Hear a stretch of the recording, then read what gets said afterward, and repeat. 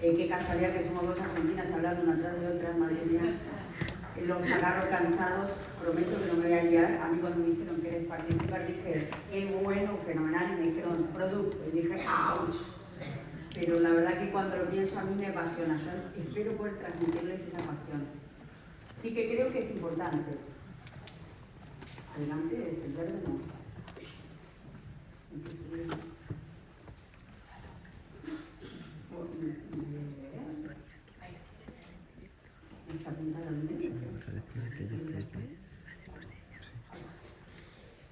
Básicamente porque es importante la reología. La reología yo creo que al final nos empodera.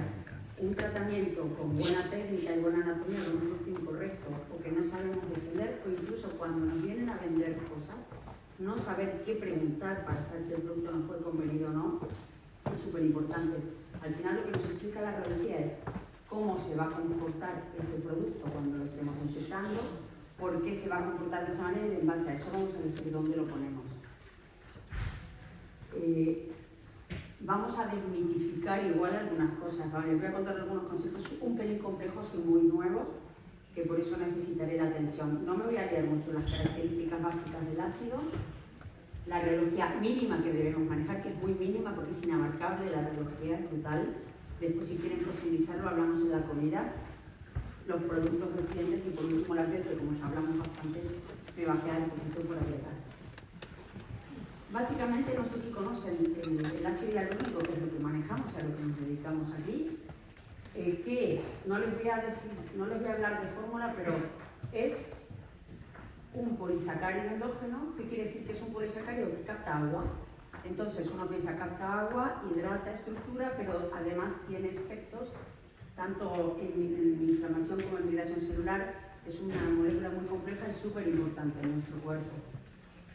Esta es una molécula de ácido hialurónico endógeno, del cual la mitad de lo que existe en nuestro cuerpo entero está en la piel, nada menos. Si se fijan, es una cadena muy larga, lo cual hace que tenga un peso molecular muy grande, y ya veremos por qué, eso es muy importante. Y los enlaces que nos genera el cuerpo son súper móviles, permiten que esa cadena se mueva con muchísima libertad. ¿Qué pasa? Lograr una cadena así que sea útil en nuestro día a día es prácticamente imposible, exactamente igual, porque la vida media de nuestro ácido hialurónico endógeno es de 1 o 2 días. Entonces tenemos que estar inyectando una locura. Se va degradando por enzimas, por radicales libres, y encima con la edad, como decía Marta, todo ese proceso de pérdida contra ganancia se va inclinando hacia la pérdida. Entonces, ¿cómo se produce industrialmente el ácido hialurónico? Inicialmente lo sacaban de productos animales, problemas de alergias, problemas de residuos. Ahora, prácticamente todos los laboratorios que existen lo sacan de fermentación bacteriana, que es la mayoría por Coccus equi. Ver cómo lo hacen es fantástico, leí un montón de artículos, es chulísimo, cómo intentan que la cadena salga larga, es súper chulo. El producto final es un producto que es como si fuera una fibra de vidrio, uno cuando lo toca es duro, es como si fuera un hilo, ¿no? Y hay una elaboración básica, que cada laboratorio lo hace a su manera, pero que cumple unos requisitos básicos, que es, se coge el ácido hialurónico, que viene de las mismas 4 casas comerciales, pero que los productos finales nunca son los mismos. Hay muy poquitas casas en el mundo que hacen ácido base, pero después los productos que salen no tienen nada que ver uno con el otro. Se les mete un reticulante, se trabaja con un buffer y con aditivos, y de eso cada casa saca su producto, ¿no? Entonces, como decía Ángeles, el reticulante más utilizado por un tema de seguridad y de tiempo de uso y de un montón de estudios de biodegradabilidad y todo, es el BDD.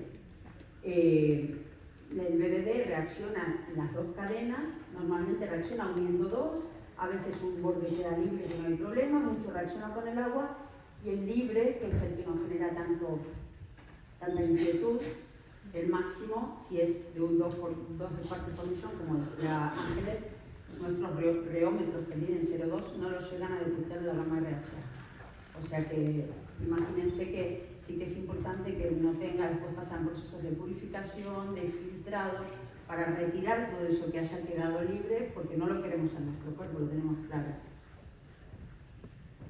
Entonces, ahora empezamos con lo peliagudo. Ahora sí que necesito atención.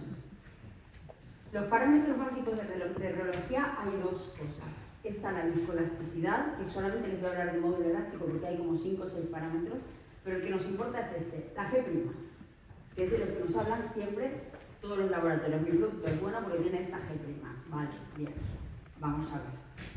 Después están las propiedades físico-químicas que nos hablan de cómo se comporta realmente nuestro tejido, que no es lo mismo que en un laboratorio.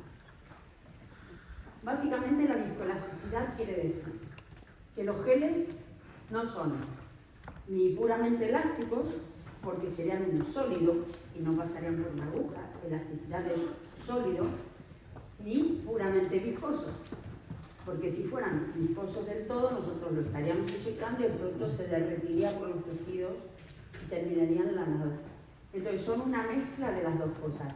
La diferencia es que los productos elásticos, cuando uno los deforma, guardan esa energía para volver a su estado inicial, mientras que los productos viscosos, esa energía se pierde, entonces el producto se deforma y luego ya queda hecho un líquido o un producto más o menos denso, pero ya no se forma otra vez.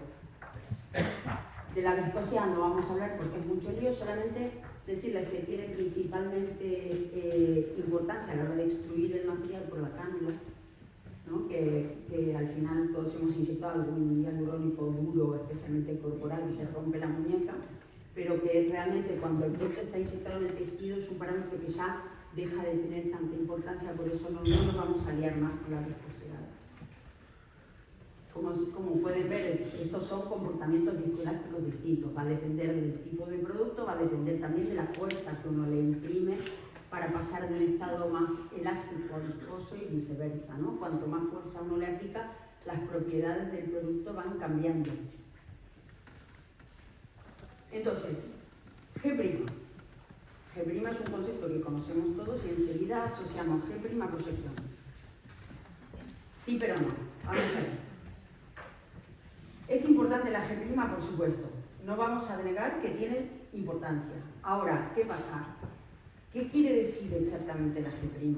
Es básicamente la energía que guarda ese producto cuando uno lo deforma y que le va a dar capacidad de volver a su estado original. ¿Qué quiere decir? Que cuando uno modifica esa molécula, la molécula si tiene mayor G' es más, ¿no? Uno la chafa y vuelve a su forma inicial. Entonces, va a depender del grado de reticulación. Un producto con una reticulación de 10 suele tener o tiene que tener una mayor G' que un producto con una reticulación de 2. Pero si solo tuviéramos en cuenta la G'. Entonces van a ver que ese concepto es muy diferente. Lo que nos va a permitir la G' es esto: metemos el producto sale por la cánula todo y vuelve a coger la forma y nos vuelve a dar una proyección en el tejido. Pero ¿qué pasa? Las propiedades físico-químicas son cómo se comporta de verdad en el tejido, porque todo esto es reómetro. El reómetro es una maquinilla que ahora les mostraré, pero que es no real del todo. Entonces ahora empiezan los conceptos nuevos, los conceptos importantes de verdad. El concepto de strength o resistencia es importantísimo. ¿Qué quiere decir? ¿Cómo se comporta el gel en condiciones reales? El tema es que el reómetro nos mide cómo reacciona el producto a una presión de 5 a 10 pascales. Eso es lo que se usa estándar, es decir, una G' de 500 a 5 pascales. ¿Ustedes saben a qué pascales se mueve la cara? Digamos, ¿qué pascales genera un movimiento facial? Genera más de 100 para arriba, entre 100, 200, incluso más. Entonces, un producto que en una máquina es fantástico, puede que en nuestra cara no sea tanto, que tenga una G' animal en nuestra cara. ¿Qué pasa con ese producto? Entonces ahora viene el concepto rompedor de verdad, que es la región viscoelástica lineal. Que lo voy a intentar, si no lo entienden les pido por favor que me lo digan, porque es súper importante. ¿Qué hacen cuando analizan la región viscoelástica lineal? Cogen un producto con un reómetro, entonces lo empiezan a cizallar de forma repetida, empiezan a hacer una oscilación. Y se fijan y dicen recupera, y aumenta la potencia, la presión, más pascales, recupera, y llega un momento que el producto pierde la capacidad de ser elástico, ya no aguanta esa presión. Entonces pasa a un estado viscoso. Cuando pierde el 10% de la capacidad de recuperación hace ¡flum! Y se vuelve viscoso y ya no es más elástico nunca más. Entonces, esta distancia en la cual ese producto es capaz de aguantar el movimiento y seguir siendo lo que es, sin deshacerse o sin ponerse viscoso, se llama región viscoelástica lineal. Entonces, ¿cuánto aguanta el gel? Preservando su G' famosa y tan amada G', ¿no? ¿Qué pasa? ¿Tiene más fuerza? Realmente quien tiene más G', si yo les voy a elegir estos dos productos, ¿cuál eligen? Un producto que parte de una G' de 800, pero en 50 pascales, ¿se parte y se vuelve viscoso? O un producto que parte de una G' de 400, pero llega a los 800 pascales. Es súper importante, esto es un concepto muy importante, porque la gente habla de G', pero hay productos líderes de mercado de los que se jactan de G', que a los 50 pascales se parten. Se parten es una forma de hablar, no pierden su capacidad de volver a su forma. Entonces ese producto que en estático está muy bien, en dinámico cada vez va proyectando menos al final. Ese espacio entre el mantenimiento, la región viscoelástica lineal, que Bonet siempre dice el reverie, que está muy bien, que me gusta, y el momento en el que empieza a perder la G' es el parámetro de strength o resistencia real de un gel.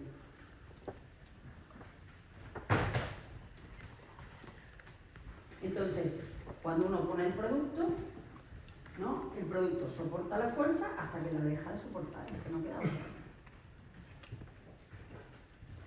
Este concepto va asociado al del estrecho estiramiento, porque uno puede pensar también, bueno, un producto muy fuerte, al final va a ser muy duro, pero no son tampoco lo mismo. El estrecho estiramiento es la capacidad de deformarse ante un estrés constante. Uno lo aplasta y se empieza a deformar y hasta dónde llega esa deformabilidad, ¿no? Entonces, es importantísimo el tener un buen stretch, especialmente en zonas móviles, donde queremos que cuando uno se ríe, el producto se estire, cuando uno deja de reírse, ¿no? que haga un movimiento acorde con nuestra cara. Si se fijan, es como el producto es capaz de estirarse cuando uno hace un gesto. Y por último, el último concepto que les voy a dar, porque no queremos hacer más cosas por el seguridad, es la cohesividad, que también es un concepto súper importante que nos lleva más allá de la G'. Ya vimos que la fuerza, el stretch y el strength nos llevan mucho más allá de la G', pero la cohesividad también. ¿Por qué? Porque hay unas fuerzas que unen las moléculas. Todo esto está medido como en moléculas individuales de hialurónico, no individuales como tal, pero en pequeños grupúsculos. Todo lo anterior nos explica cómo se comportan como moléculas. En cambio, esto nos explica cómo se comporta como conjunto. ¿Qué quiere decir? Que cada molécula tienen una determinada tendencia a egotearse entre sí, porque tienen fuerza que las une. Entonces, en esto depende de la cantidad de ácido hialurónico que tenga y del proceso que cada casa tiene de fabricación. Hay moléculas más cohesivas y menos cohesivas. Entonces, influye directamente en la capacidad de proyección. Yo voy a poner un ejemplo que si no lo entienden me lo dicen porque Luis me dijo, no se va a entender. Pero yo decía, por ejemplo, poner que tengamos un montón de jugadores de rugby, donde uno les pega un batacazo y se vuelven a armar enseguida, es decir, tiene una G' cañera, es decir, que su capacidad de recuperación es alta. Pero los ponemos a todos manito con manito, o los ponemos a todos tirados encima del balón, uno encima del otro, encima del otro, encima del otro. ¿Qué va a proyectar más? Cuando hay más capacidad de unión entre moléculas, ese producto tiene mucha más capacidad. Y esto tampoco es G'. Entonces, si se fijan, alguien que a partir de ahora venga y le diga, uy, tengo este producto que es un productazo, la G' es brutal. Y bien, claro, y ustedes van a venir a decir, vale, es muy gore empezar a preguntar, ¿y qué cohesividad tiene? ¿Y qué fuerza real tiene? ¿Y cuál es su región viscoelástica lineal? Más porque muchos laboratorios ni lo estudian, ¿no? Entonces, ni yo lo hago tampoco. Pero el coco ya tiene que empezar a trabajar distinto. Entonces, la cohesividad es importante en todos los planos. En la zona superficial es muy importante porque tiene que aumentar sin fragmentarse. Al final la cohesividad lo que va a hacer es que cuando el estrés sea muy grande, las moléculas se empiezan a separar entre sí, aunque individualmente se sigan comportando como lo que son, empiezan a disociarse. Entonces, hace los productos cuando los ponemos arriba muy maleables, pero a nivel profundo hace que aguanten mucho mejor la fuerza de compresión vertical.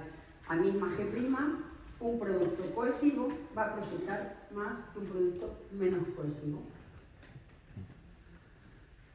Entonces, si se fijan, en Teoxan es difícil de estudiar la cohesividad porque los parámetros de medición son muy difíciles, pero esto es muy gráfico. ¿Por qué se estudia el RH1 en un ambiente acuoso? Porque no es lo mismo, nosotros queremos que sea cohesivo arriba, en R se pincha mucha agua. En cambio, un producto que se pincha en grasa, queremos que sea cohesivo en grasa. Entonces, se fijan la G' del RH1, que son 59 pascales, esto es suelo fisiológico, y más suelo fisiológico para que se mueva, para ver cómo se comporta, se mantiene unido. Fíjense un producto de 139 y un producto de 473 que son muy conocidos, que no vamos a nombrar, pero que son de la competencia directa, mismo posicionamiento en el mercado. G', cohesividad. Súper gráfico, es decir, este producto uno lo mete en dermis y por más G', por más fuerza que pueda tener, si se va a deshacer y todas las moléculas se van a dispersar por ahí, ¿qué nos va a lograr hacer, no? Y lo mismo nos pasa cuando analizamos en ambiente graso un RH4, porque al final cada producto va en su sitio. Aquí si lo miran, ¿qué pensaríamos? Que el que tiene más cohesividad es el de 800 porque tenemos muy asociado G' con proyección o G' con comportamiento. Y miren que este ya cuando lo sacan de la jeringa, miren cómo se deshace. Solo por quitarlo de la jeringa y meterlo en la grasa. Eso mismo pasa en el tejido, es lo que hay. Entonces, cuando uno ya poniéndolos se ve diferencia, ¿no? Pero ¿qué hicieron aquí para forzar más todavía el producto? Lo baten un poquito, ¿no? Como si fuera un movimiento que lo estresa y lo... Entonces, el B se parte, el A ya está partido, el A que es un liderísimo mercado, no como nosotros. Pero fíjense, y este aguanta muchísimo más. Al final esos son comportamientos reales, no son comportamientos de mentira. Con lo cual, es posible conseguir un producto que tenga todo lo que necesitamos. Y eso me voy a bajar ahora y se lo voy a preguntar a uno por uno. Realmente aquí entra lo de la gama resiliente. ¿Por qué son un producto? Si la resiliencia es la capacidad de un ser vivo o de un organismo de adaptarse y modificarse a una situación de estrés o a una disrupción de su entorno. Por eso viene RHA, ¿no? Porque se adaptan muy bien a nuestro tejido. Si todos partimos de lo mismo, como hemos dicho, que son 4 o 5 casas en el mundo que generan esta base, ¿cómo es que cada uno llega a algo tan distinto, ¿no? ¿Cómo llegamos aquí? ¿Por qué llegamos a esto? Porque por la forma de reticulación, básicamente. Las técnicas de reticulación clásicas, si se fijan, se pone mucho BDD de cadena dura, unión dura entre moléculas, el trabajo de la molécula va haciendo además que se parta en cadenas más pequeñas, se necesita una modificación de un 5 o un 10% para tener un producto que funcione. ¡Ay! Perdón.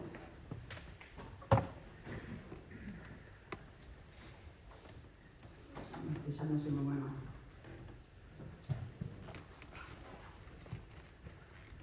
Había arrancado solo, lo tengo que mirar.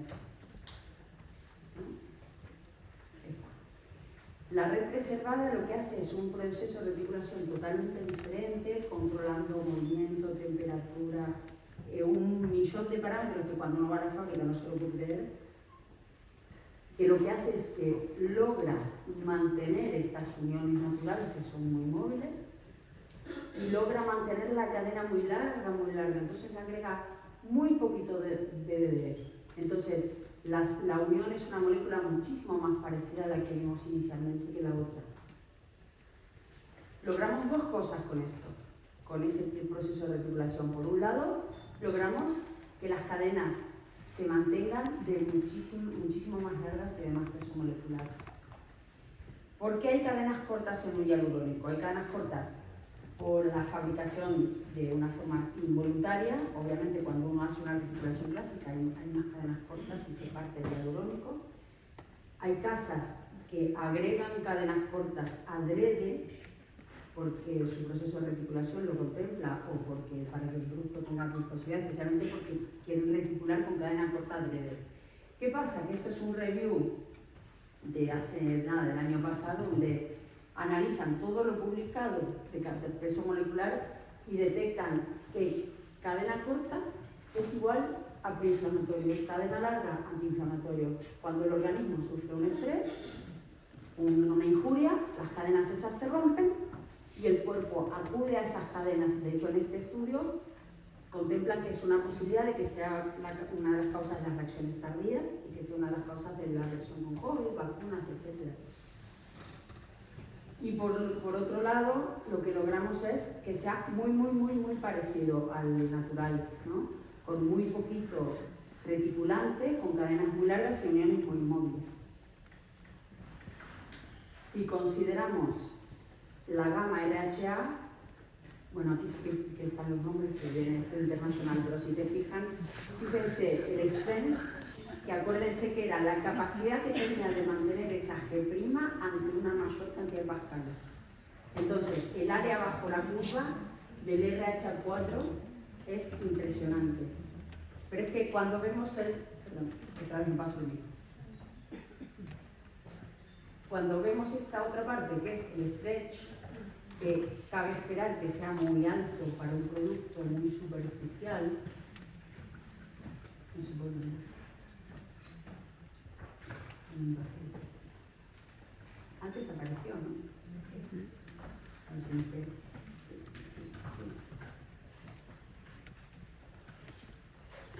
Aquí está toda la gama, pero es que era muy largo. Entonces, cuando vemos el stretch, son súper maleables. El RH1, lógicamente, por su fabricación y todo, es muy estirable, muy deformable. Pero fíjense, el RH4 comparado con productos diseñados para plano superficial. Es decir, la capacidad de maleabilidad y de estiramiento y de adaptabilidad del RH4 es brutal. Entonces, toda la gama, vemos una inversión, por supuesto, entre fuerza y estiramiento, pero es que el RH4 que logre esto es único, no existe otro, no hay ninguno que logre esto. Que al hacerlo más fuerte no lo hagamos más duro, ¿no? Hablando en plata. Entonces, eso quiere decir que no necesitamos la gama clásica ni hablar, como dijo Paula, los que somos amantes de Teoxan.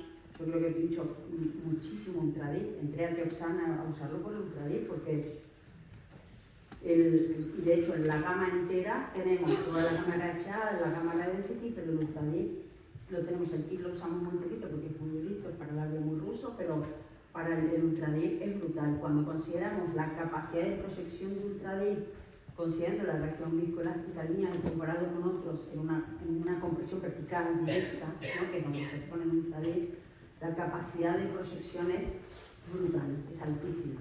Entonces, no son excluyentes, son productos complementarios al final. Cuando ponemos una capa móvil, grasa superficial, nos vamos a querer manejar con un producto muy como el RH4, 23 miligramos contra 25, técnicas de reticulación tan diferentes que hacen que el RH4 tenga un 4%, mientras que el Ultradip tenga un 10%.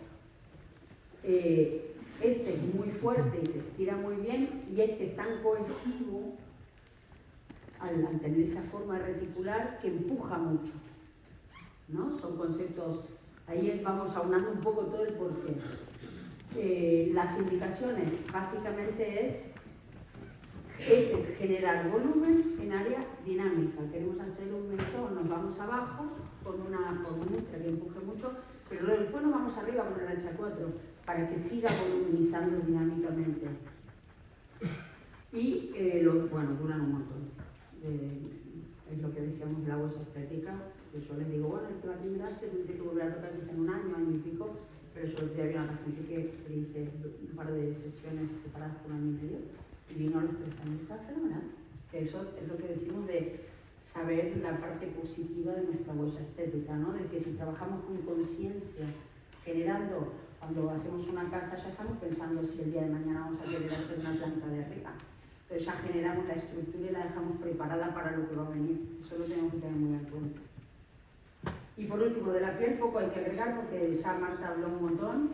Yo lo que decía Marta, que es lo que yo les explico en la consulta misma, les digo, básicamente con el tiempo nuestros fibroblastos se vuelven cada vez más pobres, más tontos, están más perezosos y encima el sistema todo antioxidante y todo el sistema hace que vayamos perdiendo más que ganando, y de lo que se trata es de inyectar un producto que lo que haga sea recuperar, ¿sí que funciona? Recuperar esa capacidad, esa activación, generar un microambiente propenso para que esos fibroblastos se activen y el balance nos empecemos a ganar otra vez, ¿no? El Redensity 1 sí que no tengan ningún susto en que haga pápula cuando vienen pacientes y les dicen noto bolitas, no se preocupen, grado de modificación igual a 0, no puede proyectar con un masaje se va, especialmente cuando hagan frente. Yo siempre se los aviso, porque para que no le endosen después un problema de otra cosa. Se usan cara, cuello, escote y después off-label y lo ponemos en muchos más lugares. Yo siempre intento meterles incluso a la gente joven. Yo soy muy impaciente, yo como no sé si a ustedes les pasa, yo soy una derma impaciente y soy muy de cosas brutas, entonces yo hacía muy poquito de esto. Prefiero meter un CO2, pero la verdad es que la gente lo pide. Me lo pide, yo pincho muchísimo porque lo notan y lo piden. Y lo que decía Paula, yo el de 1 mililitro me lo compro, yo en general compro el de 3 y el de 3. Ya contábamos lo del aumento de la hidratación por los glicosaminoglicanos, la redensificación papilar, el concepto que tiene la gente, el paciente, es que con la edad la piel se afina, y no es verdad. Con la edad la epidermis se engrosa y se pone basta, y se le abren los poros y deja de tener brillo, porque tiene una capa muerta arriba brutal, y el queratinocito también está contado. Lo que se afina es la dermis. Entonces lo que tenemos que ir es a afinar epidermis y engordar dermis, ¿no? Y sí que me llamó mucho la atención cuando vi los estudios, y aquí se lo ponen, ¿por qué estudian colágeno 4 membranadas, ¿no? Y es verdad que toda la derma ahora mismo, tanto el melasma como el envejecimiento y todo esto, se sabe que una parte del envejecimiento cutáneo pasa por el envejecimiento de la membrana basal, que se hace más permeable, y el melasma, por ejemplo, tiene un factor súper importante en el tema de la bajada del pigmento y del depósito del pigmento debajo. Y de hecho, eso se ve macroscópico. Los pacientes, este estudio es un estudio split face, la gente lo notaban tanto en parámetro de paciente como de médico. Y a mí sí que me llamó la atención esto. Yo no sé si vos estás, a mí yo lo estoy protocolizando estos tratamientos y el día de mañana me va a encantar estudiarlo, si lo queremos estudiar, porque sí que tengo una paciente de una dermatitis atópica animal y hace ya un montón de años le habían dado, está usando dupilumab, está usando productos ya de alta generación, de alto, y se le controla todo fenomenal en la cara no hay manera. Y es una chica que viene religiosamente cada 3 meses a ponerse Redensity. Se lo puse porque ella le dije, bueno, a ver si te puedo hacer algo, porque tiene la piel envejecida, los párpados y todo, hace cara de vieja, de cara de abuela. Y es lo único que me mantiene la cara en estado, viene y me dice, es que lo noto a los pocos días ya lo empiezo a notar. Entonces, en ese estudio hablan de confort de piel y dije, mira, lo primero que encuentro que sí que habla de eso. Lo mismo que con rosácea, a mí me está funcionando muy bien en recuperación de CO2. En este mismo estudio no aparece en la imagen, pero lo que nos muestran es la bajada de la rojez severa. La rojez modera da poco, pero la rojez severa baja. Y tiene su lógica. Al final, si estamos mejorando toda la matriz, estamos mejorando la hidratación y estamos mejorando la membrana basal, al final, lógica tiene. Entonces, como resumen lo que decía Paula, ¿no? Saber qué poner, dónde y también saber por qué, aparte que eso nos va a dar muchísima capacidad de decisión y muchísimo conocimiento. Y yo a los pacientes se los explico muchas veces. Como hay que darles pánico para que se distraigan, le digo, acá te voy a poner porque este es mucho más joven, bla, bla, ¿no? Entonces, bueno, los invito al fantástico mundo de la arqueología. No sé si quedó claro, tendremos momentos de preguntas y todo, o sea que apúntense las cosas porque esto es muy difícil de explicar.